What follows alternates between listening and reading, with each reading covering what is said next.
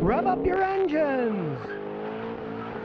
Corey the Fam says, Scotty, got two questions. Were you in the band Rush back in the 70s? And my 95 Chevy Silverado squeaks when I turn my wheel on the driver's side. Is that a bad ball joint? Okay, now I wasn't in the band Rush, but I went to university in Toronto, and my best friend's next door neighbor was their band manager. So I actually played in their studio one time. I could play the harmonica. And I was attacked by they had a Mastiff, if you don't know, these gigantic dogs. And somebody else had brought another dog, and the Mastiff was a male dog, and the female dog was in heat, and it was going wild, and I had on a leather jacket, would bite my arm. It was an interesting scenario, let me tell you. But as for when you hear a squeak when you turn the wheel, tons of things can squeak. So what you want to do is jack it up in the air first and pull on everything. If you got play, you fix what's got play. But if not, that's a 95. That's old. And a lot of times rubber bushings will just be worn.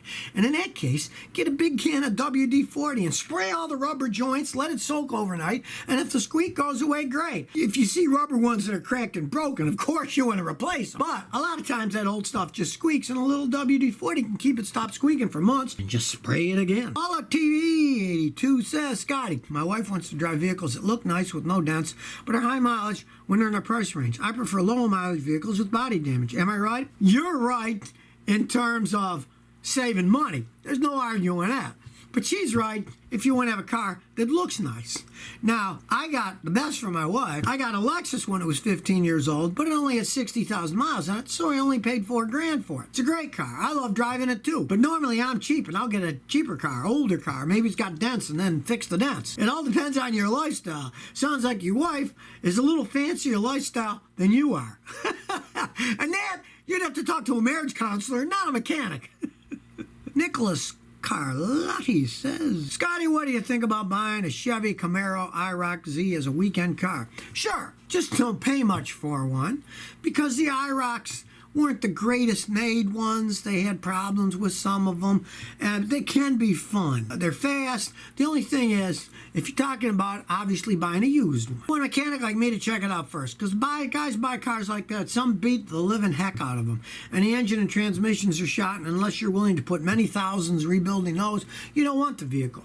So you want a mechanic to check it out first, and he says, that's okay, you know, maybe it needs a water pump, brakes, alignment or something, body work you could do yourself, but you want to make sure that the engine and the transmission is solid before you buy it. Josh Smith says, Scotty, I bought a 2.4 liter 2010 Chevy Malibu with 107,000 miles for $4,500. Was it a good buy? Thanks. I love your videos. And how often do you post? Usually I put a couple of videos up a day. Just join the Scotty Kilmer channel on YouTube and click that notification bell so you get notified, and you'll see there's tons of videos coming out all the time. I'm not a Chevy Malibu fan. You got 100,000 miles and you got the 4-cylinder engine. The V6 engine is absolute garbage. I would never buy one with that. But the 4-cylinder engine, if the person has changed the oil, it can actually be a decent engine.